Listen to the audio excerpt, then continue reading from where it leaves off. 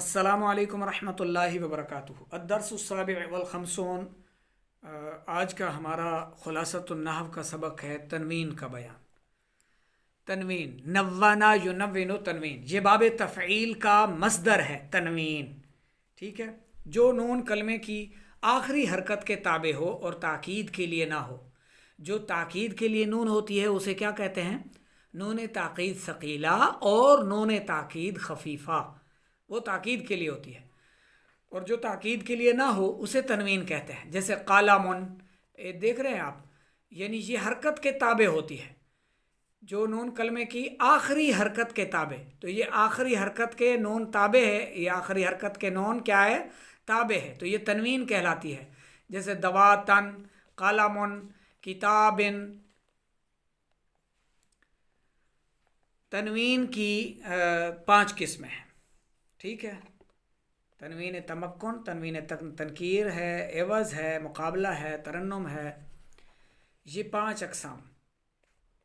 وہ تنوین جو مدخول کے منصرف ہونے پر دلالت کرے، واجب مدخول، مدخول لکھ دیا انہوں نے، حالانکہ جو شروع میں داخل ہو وہ اپنے مدخول پر داخل ہوتی ہے، اور جو آخر میں آئے اسے لاحق کہتے ہیں، ٹھیک ہے۔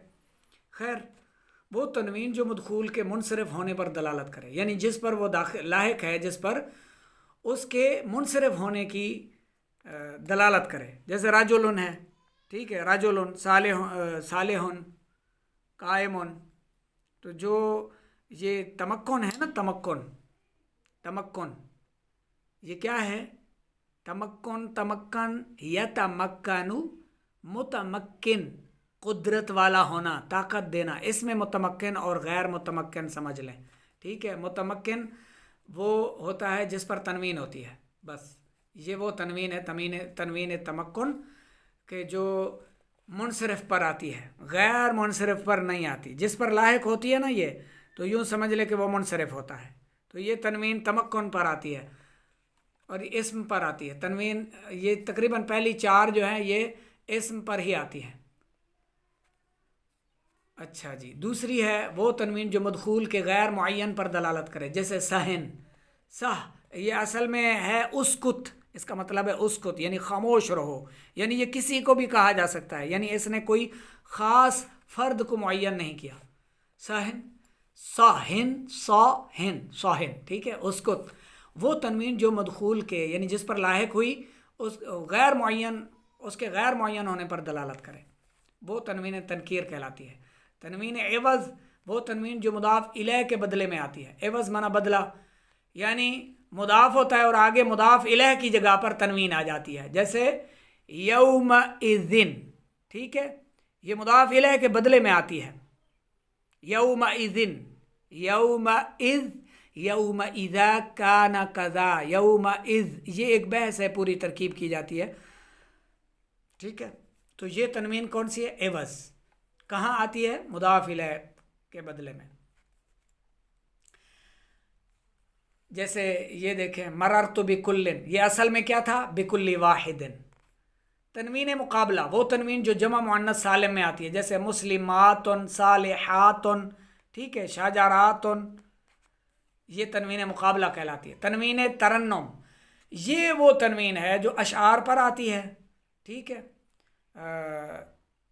وزن شعری میں آتی ہے، یہ صحیح ہے۔ جیسے اقل اللوم عاذل والعتابن، عاذلو کے بجائے عاذلہ ہے، ٹھیک ہے، پرنٹنگ میں غلطی ہو گئی ہوگی۔ عاذلہ والعتابن وقولی ان اصبت لقد اصابن۔ تو یہ تنوین ترنم جو ہے یہ 4 اسماء پر آتی ہیں، یہ فعل اور اسم دونوں پر آ جاتی ہے۔ اس شعر کا مطلب یعنی اے ملامت کرنے والی، ملامت اور عتاب ذرا کم کر، اور اگر میں کوئی صحیح کام کر جاؤں تو یہ بھی بول کہ اس نے درست کیا۔ اس شعر میں ایک اسم عتاب پر الف لام اور تنوین ترنم دونوں آ رہے ہیں، الف لام بھی آ رہا ہے اور ترنم کی تنوین بھی آ رہی ہے، اور ایک فعل اصابہ، پیچھے آپ نے دیکھا نا ابھی، پر تنوین ترنم آ رہی ہے۔ قواعد و فوائد: تنوین کی پہلی 4 قسمیں اسم کے ساتھ خاص ہیں، جبکہ تنوین ترنم، اسم اور فعل اور حرف سب پر آ سکتی ہے۔ پہلی جو 4 ہیں وہ نہ حرف پر آتی ہیں نہ فعل پر آتی ہیں، صرف اسم پر آتی ہیں۔ اور یہ جو ترنم والی تنوین ہے یہ کبھی کبھی الف لام کے ساتھ بھی آ جاتی ہے۔ نمبر 2، اگر کوئی معنی تنوین پایا جائے تو اس پر تنوین نہیں آئے گی ورنہ آئے گی۔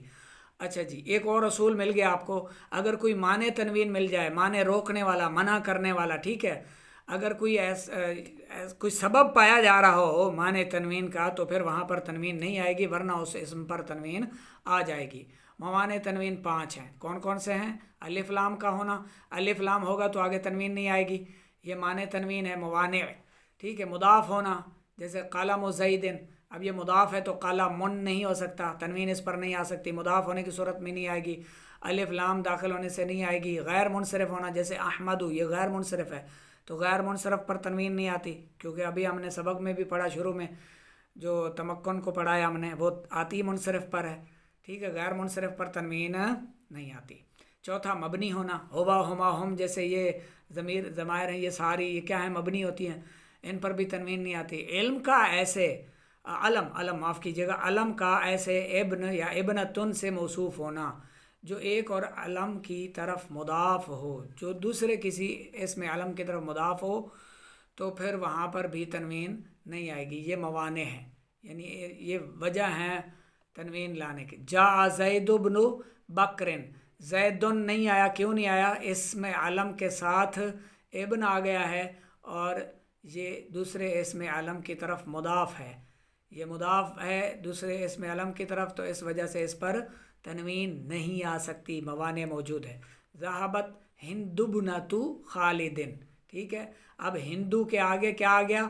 یہ جو ہندا ہے اس کے آگے ہے ابنتن، ابنتو ہے، تو اب ابنتو کی وجہ سے، اور یہ اس اسم علم کے لیے، یہ اسم علم مضاف الیہ اور یہ اسم علم مضاف ہو رہا ہے اور بیچ میں آ رہا ہے ابنتو، تو اس وجہ سے بھی یہاں پر تنوین نہیں آ سکتی۔ یہ 5 یاد رکھنے آپ نے، اور یہ مشق ہے آگے، ٹھیک ہے، تو مشق کو آپ دیکھ لیں، تمرین نمبر 1، 2، 3 تینوں کو آپ حل کریں۔